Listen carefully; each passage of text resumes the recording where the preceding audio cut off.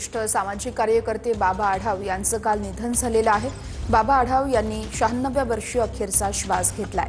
काल रात्री 8:30 वाजता हृदयविकाराच्या झटक्यानं त्यांचं निधन झाल्याचं सांगितलं जात आहे। या संदर्भात प्रदीप कापसे आमचे प्रतिनिधी आपल्याला सविस्तर अपडेट्स देत आहेत। प्रदीप,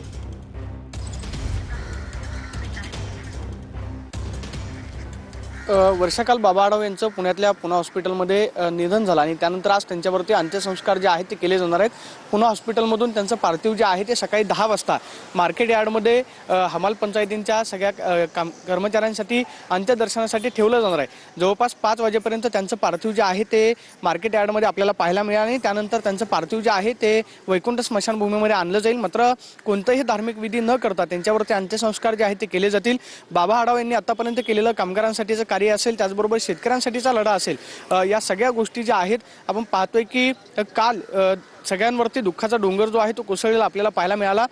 अनेक कष्टकऱ्यांसाठी बाबा आढावांनी आतापर्यंत अनेक आंदोलनं केली आणि त्या माध्यमातून कष्टकऱ्यांना न्याय मिळवून दिला। काल त्यांचं दुःखद असं निधन झालं। गेल्या जवळपास 15 दिवसांपासून पुण्यातल्या पुना हॉस्पिटलमध्ये त्यांच्यावरती उपचार जे यावरती आपले लक्ष असणारच आहे। तर तास धन्यवाद दिलेल्या माहितीसाठी। बातमी आता जळगावमधून आहे। जळगावच्या धरणगाव या ठिकाणी पाणीपुरवठा सुरळीत करण्याची मागणी केली जाते। ठाकरेंच्या सेनेकडून पाणीपुरवठा अभियंता यांना निवेदन देखील देण्यात आलंय। धरणगावला 8 दिवसांनी पाणीपुरवठा होत असल्यानं आता या संदर्भात जाब देखील विचारण्यात आलाय। टँकरने पाणीपुरवठा करण्याची पर्यायी व्यवस्था करण्याचीही या ठिकाणी मागणी केली जाते।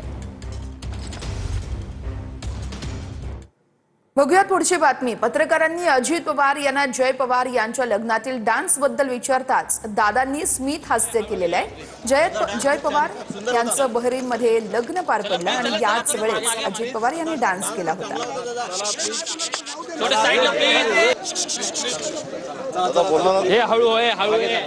दादा डान्स खूप छान सुंदर होता। चला प्लीज चला प्लीज मागे प्लीज डान्स खूप चांगला होता दादा। चला प्लीज थोडे साइडला प्लीज लग्नाबद्दल एक कमेंट दादा तुमच्या स्टाईल मध्ये आलाय का व्हिज्युअल? वळूयात पुढच्या बातमीकडे। उच्च जातीचं नाव काय असा प्रश्न 8वीच्या शिष्यवृत्तीच्या सराव परीक्षेत विचारण्यात आला होता। या प्रकरणी आता रिझर्व्ह एज्युकेशन प्रायव्हेट लिमिटेडच्या संचालकांकडून जाहीर माफी देखील मागण्यात आलेली आहे। यवतमाळच्या झेडपीच्या मुख्य कार्यकारी अधिकाऱ्यांना माफीचं पत्र पाठवण्यात आलेलं आहे। शिक्षकांकडून संताप व्यक्त झाल्यानंतर माफी मागितल्याचं कळतंय। नाशिकच्या माळेगाव औद्योगिक वसाहतीमध्ये बर्नरच्या स्फोटामध्ये कामगाराचा मृत्यू झालाय। प्रवीण पाटील कारखान्यामधील बर्नर जवळ काम करत असताना स्फोट झालाय। इतर कामगारांनी त्यांना रुग्णालयामध्ये दाखल केलं, पण उपचारापूर्वीच त्यांचा मृत्यू झालाय। नालासोपाऱ्यामध्ये 8 वर्षाच्या मुलाचा मृतदेह पाण्याच्या टाकीमध्ये सापडलेला आहे। 5 दिवसांपासून मुलगा बेपत्ता होता। नालासोपाऱ्यामधल्या करारीबाग परिसरामधली घटना आहे। इमारतीच्या तळमजल्यावरील पाण्याच्या टाकीमध्ये मृतदेह सापडल्यामुळे खळबळ माजली आहे। पुरा शेततळ्यामध्ये बुडून पती पत्नीसह मुलाचा मृत्यू झालाय। पंढरपूर तालुक्यामधल्या कोर्टी गावामधली ही हृदयद्रावक घटना आहे। शेततळ्यामध्ये बुडणाऱ्या मुलाला वाचवताना आई वडिलांचाही मृत्यू झालाय। विजय लोंढे, प्रियांका लोंढे आणि प्रज्वल लोंढे अशी मृतांची नावं आहेत।